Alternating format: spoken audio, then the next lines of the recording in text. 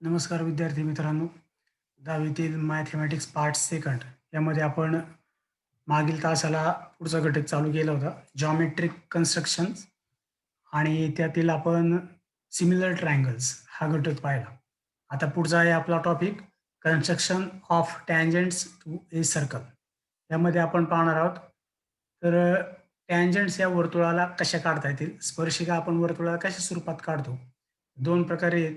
पहिला प्रकार आहे त्यातला using center of a circle and the point which is lie on the circle, and the second point is that without using a center of a circle to draw a tangent to the circle, and next is the draw a tangent through the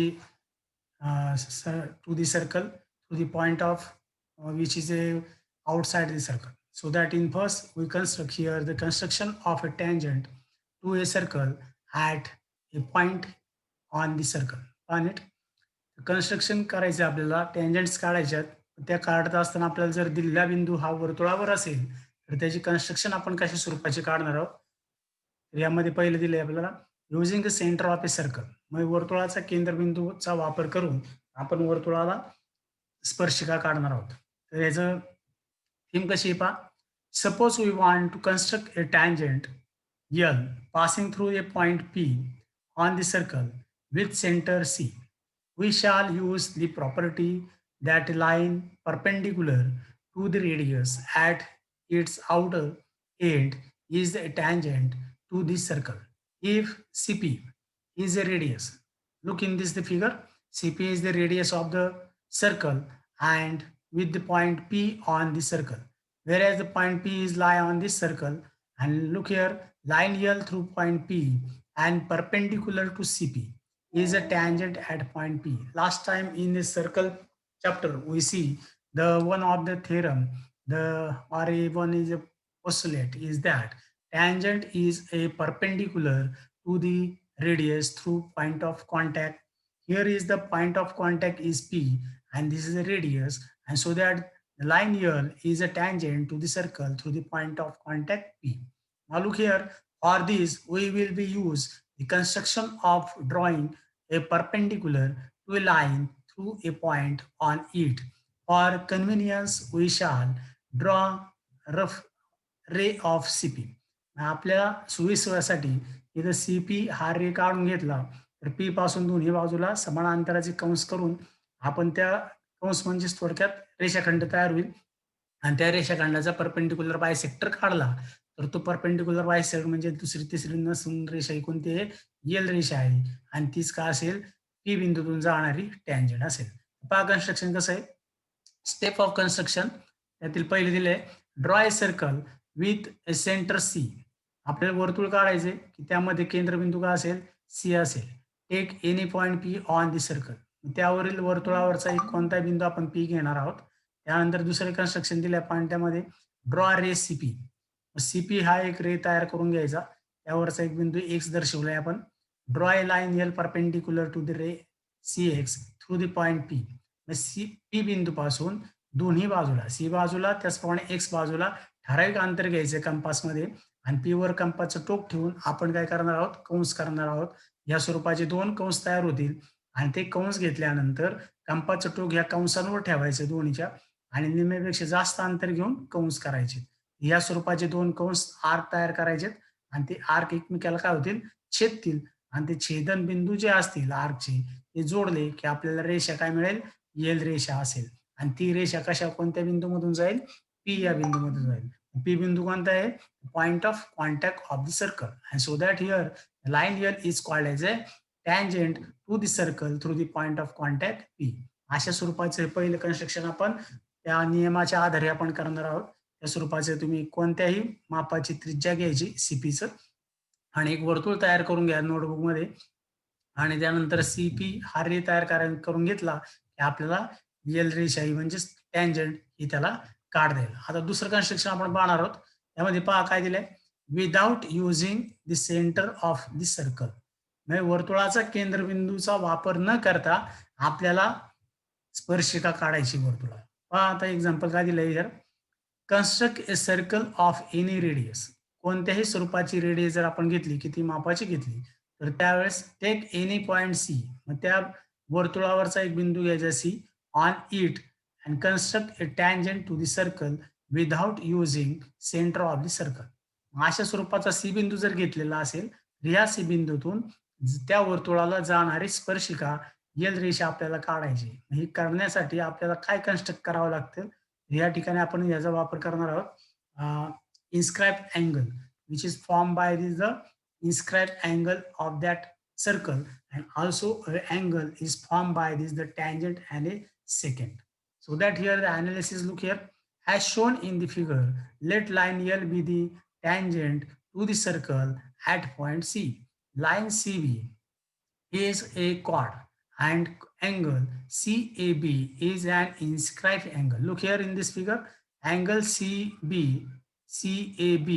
is an inscribed angle which is formed due to the arc CAB, and here is the chord is nothing but a CB is a chord, so that this angle is a inscribed angle formed due to the chord CB. Now look here, now by tangent secant angle theorem, या अँगलच्या थेरमच्या वापरानुसार काय होते पहा, angle C A B, look here, angle C A B that is the inscribed angle is congruent to the angle formed by the BCD. This angle is formed by the tangent L, that means this segment CD, and this is the chord CB. This is nothing but a secant of that circle, so that these two angles are the congruent by the your theorem of tangent and secant theorem. So that by converse of tangent secant theorem, if we draw a line CD such that angle CAB is congruent to the angle BCD, then it will be the required tangent. या स्वरूपाची जेव्हा आपण आकृती तयार करू तर त्यावेळेस तयार होणारे रेषा यल ही काय असेल, तर त्या वर्तुळाला असणारी ती टँजंट असेल. आणि ती कशी असेल, वर्तुळाचा केंद्रबिंदूचा वापर न करता आपण केलेली कन्स्ट्रक्शन असेल. तर पहा, step of the construction here, look at the first point is given, draw a circle of a suitable radius. आपल्याला नोटबुक मध्ये काढण्यासाठी आवश्यक असणारे 3.5 किंवा 3 सेंटीमीटर या स्वरूपाची रेडियस घ्या आणि वर्तुळ तयार करून घ्या. Take any point C on it, त्यावरचा कोणताही एक बिंदू स्थापन करा, त्याला नाव द्यायचंय सी. तर पहा, draw quad C B and inscribe angle C A B. आपल्या मनातील त्या स्वरूपाची क्वाड सी बी तयार करा आणि त्याला एक अँगल ए तयार करून घ्या, या स्वरूपाचा सी ए बी. आणि त्यानंतर पहा, with the centre A and any convenience radius draw an arc in intersecting the sides of angle B A C. आपल्या कंपासचं टोक या ठिकाणी ए वर ठेवा आणि ठराविक अंतर घेऊन आर्क तयार करा. तेच आर्कचं जे उभं असेल त्या स्वरूपाचं, तर त्या दोन्ही सेगमेंट मधलं अंतर निश्चित करण्यासाठी कंपासचं टोक एम बिंदूवर ठेवा आणि जिथं छेदलेला असेल पहिला आर्क ए सी ला, तिथं दुसरा आर्क तयार करून घ्या, की जेणेकरून ते माप आपल्या कंपासमध्ये येईल आणि त्या मापाचा वापर करून आपण आर बिंदूपासून बाह्य भागामध्ये कंस तयार करून घेऊ शकतो. तो बिंदू असेल आपला डी. हा डी बिंदू स्थापन झाल्यानंतर सीडी जॉईन केली का आपल्याला ही रेषा मिळेल. पहिल्यांदा काय करणार आपण, ए वर कंपासचं टोक ठेवा, माप सुटेबल घ्या, एम एन आर्क तयार करून घ्या. तेच माप कायम ठेवायचं कंपासमध्ये. कंपासचं टोक सी वर ठेवा, आर बिंदू पर्यंत आणि डी पर्यंतचा आर्क तयार करून घ्या पहिला. त्यानंतर एम बिंदूवर कंपासचं टोक ठेवा आणि एन पर्यंतचं अंतर घेऊन कंपासमध्ये आर तयार करा. तो काय असेल, ए सी ला छेदणारा एन बिंदूमधून जाणारा आर्क असेल. अशा स्वरूपाचं मेजर आपण कंपासमध्ये घेतलं की ते एम बिंदूवरचा कंपासचं टोक हे उचलायचं आणि आर बिंदूवर ठेवायचं आणि आर पासून डी पर्यंतचा आर्क तयार करून घ्यायचा. या स्वरूपात आपल्याला डी बिंदू मिळाला की सी डी जोडायचा आणि रेषा आपली एल रेषा तयार करून घ्यायची. अशा स्वरूपाची सोपी रचना आहे. पहा, using the same radius and centre C, draw an arc intersecting the chord CB at point R. या स्वरूपाची रचना करून घ्या. Taking the radius equal to the distance Mn and center R, draw an arc intersecting the arc drawn in the previous step. Let D be the point of intersection of this arc. Draw line CD. Line CD is the required tangent through the circle. अशा स्वरूपात आपल्याला अपेक्षित असणारी tangent ही तयार झालेली असेल. Note that here the angle MAN, look here in this the figure, angle MAN and the angle BCD, here the angle BCD, these two angles in this the above figure are congruent. अशा स्वरूपाचे आपल्याला हे दोन्ही कोण काय दिसतील, एकरूप असलेले दिसतील. If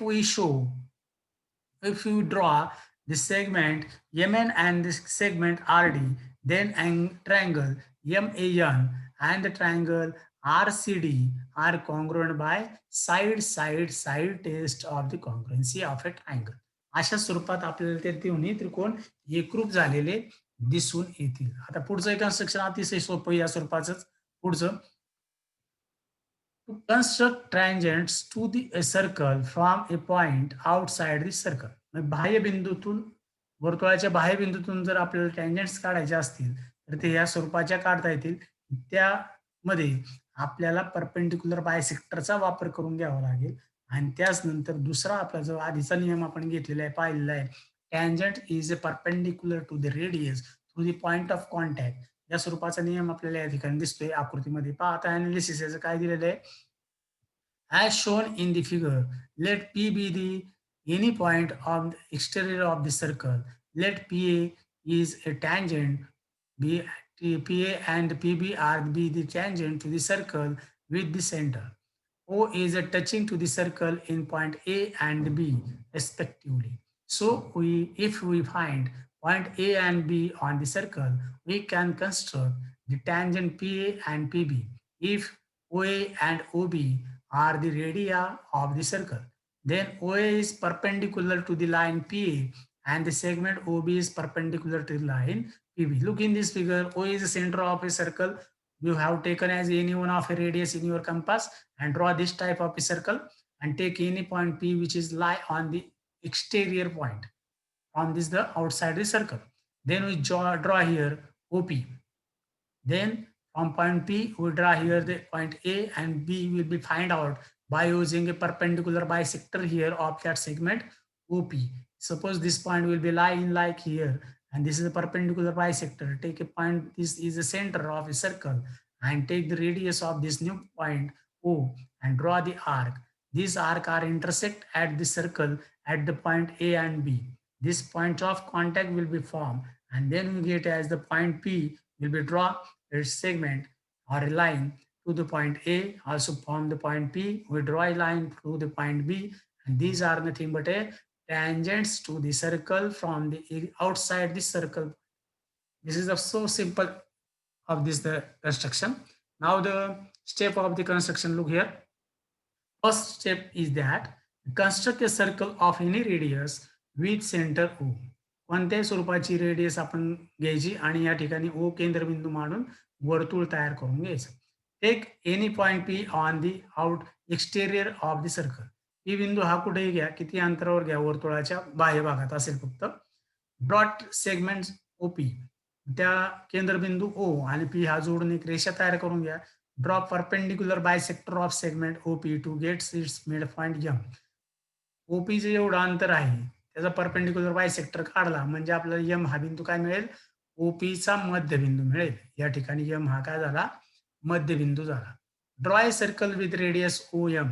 ओवर कंपाचं टोक ठेवा आणि एम पासून ओ पर्यंतचं अंतर कंपासमध्ये घेऊन आर्क तयार करून घ्या. तो आर्क काय करेल, तर ह्या वर्तुळाला ए आणि या बी बिंदूमध्ये छेदून जाणारा असेल. हे जे दोन बिंदू आपल्याला मिळतात, हे दोन बिंदू काय करायचे आहेत, पी बिंदूला जोडायचे.